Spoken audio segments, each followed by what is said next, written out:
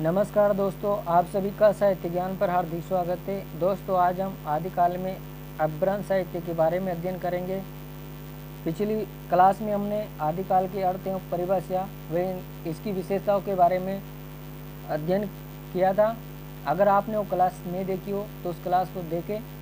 आगामी परीक्षाओं के लिए वो क्लास आपके लिए बहुत ही महत्वपूर्ण होने वाली है। दोस्तों, अगर आप हमारे चैनल पर नए हैं तो चैनल को सब्सक्राइब करें और बेल आइकन को प्रेस करें ताकि आने वाली हर क्लास का नोटिफिकेशन आप तक पहुंच सके। तो चलिए दोस्तों, बिना देरी किए शुरू करते हैं आज की क्लास को।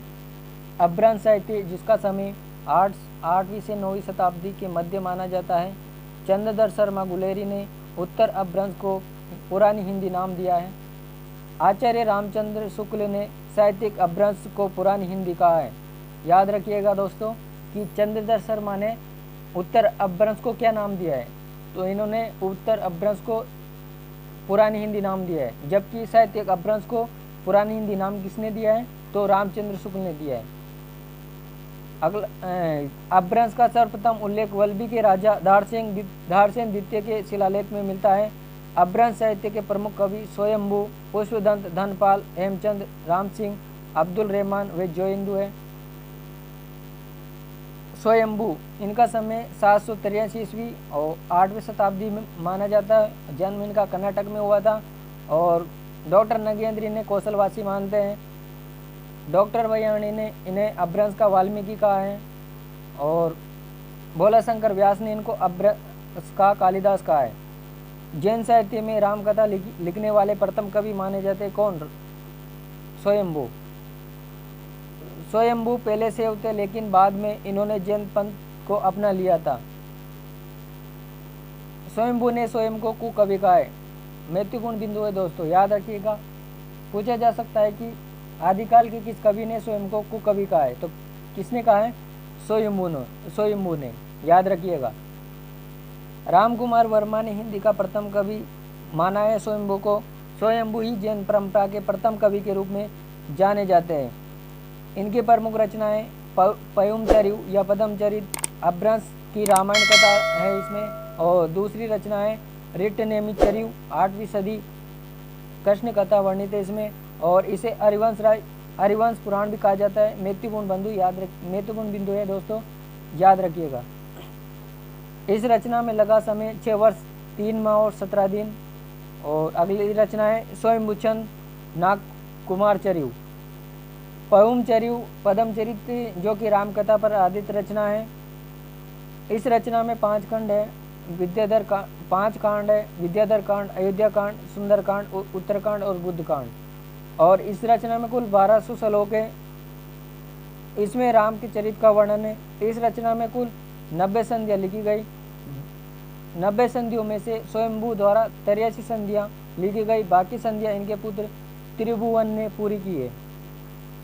दोस्तों, याद रखिए, ये भी महत्वपूर्ण बिंदु है दोस्तों कि 90 स्वयंभू की जो स्वयंभू पयुमचर्यु रचना है उसमें स्वयंभू द्वारा कितनी संधियाँ लिखी गई, तो कितनी संधियाँ लिखी गई दोस्तों? 83। और बाकी जो 7 संधियाँ बची वह इनके पुत्र त्रिभुवन ने पूरी की है। डॉक्टर रामकुमार वर्मा ने स्वयंभू को अपभ्रंश भाषा का प्रथम कवि व हिंदी का प्रथम कवि माना है। इस रचना में कड़वक पद्धति का प्रयोग किया गया है। कड़वक पद्धति, इसमें 8 चौपाइयों के बाद एक दोहे का दत्ता दिया जाता है जिसे पड़तिया बंद कहते हैं। अगले कवि है पुष्पदंत, जिनका समय 10वीं शताब्दी है और ईस्वी में देखें तो 972 ईस्वी। इन्होंने अपभ्रंश भाषा में कृष्ण काव्य लिखा है। अपभ्रंश का वेदव्यास इनको डॉक्टर वैयाणी ने कहा है। हिंदी का बभूति व का खिजड़ शिव सिंह सेंगर ने कहा है इनको। इनकी उपाधियां हैं अभिमान मेरु, काव्य रत्नाकर, कविकुल तिलक। करुण रस का प्रयोग इनकी रचनाओं में अधिक देखने को मिलता है। शिव सिंह सेंगर ने इन्हें हिंदी का प्रथम कवि माना है। भोलाशंकर व्यास ने इस कवि की तुलना संस्कृत के कवि मार्ग से की है। और अगले कवि है धनपाल, जिनका समय 11वीं शताब्दी माना जाता है।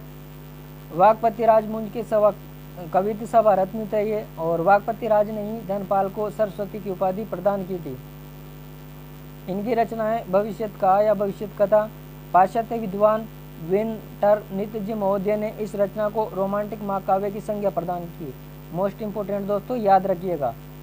पूछा जा सकता है कि पाश्चात्य विद्वान विंटरनित्ज महोदय ने किस रचना को रोमांटिक महाकाव्य की संज्ञा दी है? तो किसको कहा है?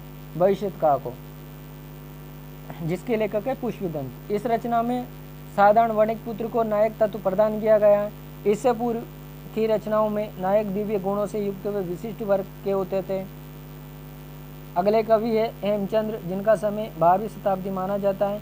इनके बचपन का नाम चंगदेव था। पूछा जा सकता है दोस्तों, याद रखिएगा कि हेमचंद्र के बचपन का नाम क्या था? तो चंगदेव। इन्होंने जैन साहित्य को कलिकाल का सर्वज्ञ कहा है। नहीं, इनको जैन साहित्य का कलिकाल सर्वज्ञ कहा जाता है। ये गुजरात के सोलंकी राजा सिद्धराज जयसिंह के कवि थे। इनकी रचना है सिद्ध हेमचंद्र शब्द अनुशासन, जिसकी भाषा संस्कृत, प्राकृत और अपभ्रंश है। इस रचना के कारण अपभ्रंश हेमचंद्र को अपभ्रंश का पाणिनि कहा जाता है। मोस्ट इंपोर्टेंट दोस्तों, याद रखिएगा। पूछा जा सकता है कि हेमचंद्र को किस रचना के कारण अपभ्रंश का पाणिनि कहा जाता है? तो किस रचना के कारण? सिद्ध हेमचंद्र शब्द अनुशासन के कारण। और इनकी अन्य रचनाएं कुमारपाल चरित्र, प्राकृत व्याकरण, देशी नाम मालाकोश, छंद अनुशासन, जिसमें 8 बोलियों के शब्द है, और छंद शास्त्र की रचना है। अगले कवि है राम सिंह, जिनका समय 11वीं शताब्दी माना जाता है। इन्हें जैन साहित्य परंपरा का सर्वश्रेष्ठ रहस्यवादी कवि माना जाता है, और इनकी रचना है पाउड़ दोहा। इस रचना में कुल 222 दोहे हैं। मोस्ट इंपोर्टेंट दोस्तों, याद रखिएगा। और ये रचना 11वीं शताब्दी के धर्म दर्शन इंद्रिय निग्रह को आधार बनाती है। इस रचना में इंद्रिय निग्रह व सांसारिक सुख की निंदा की गई है। अगले कवि है अब्दुल रहमान, इनका समय 12वीं सदी का उत्तरार्ध व 13वीं सदी का पूर्वार्ध माना जाता है, और अवध भाषा में रचना करने वाले प्रथम कवि। महत्वपूर्ण बिंदु दोस्तों, याद रखिएगा। पूछा जा सकता है कि अवध भाषा में रचना करने वाले प्रथम कवि कौन है? तो कौन है? अब्दुल रहमान।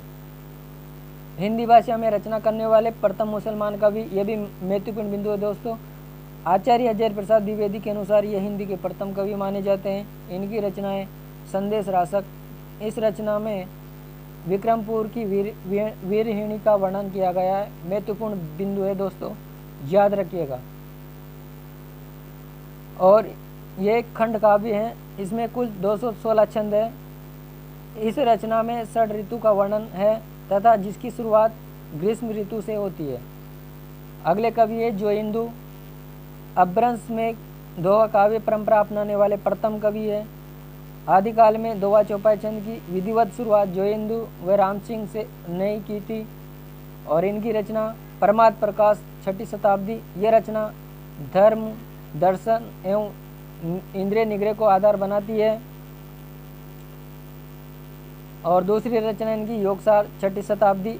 अपभ्रंश साहित्य के अन्य कवि वररुचि, इनकी रचना प्राकृत प्रकाश, उद्योधन सूरी, इनकी रचना कोवले माला, और जयानक, इनकी रचना पृथ्वीराज विजय। तो दोस्तों, ये थी आज की हमारी क्लास। दोस्तों, आज की क्लास आपको कैसी लगी कमेंट करके बताना। अगर आपको हमारी क्लास पसंद आई हो तो इस क्लास को लाइक करें, और ज़्यादा से ज़्यादा अपने दोस्तों के साथ शेयर करें, और चैनल को सब्सक्राइब करें। धन्यवाद।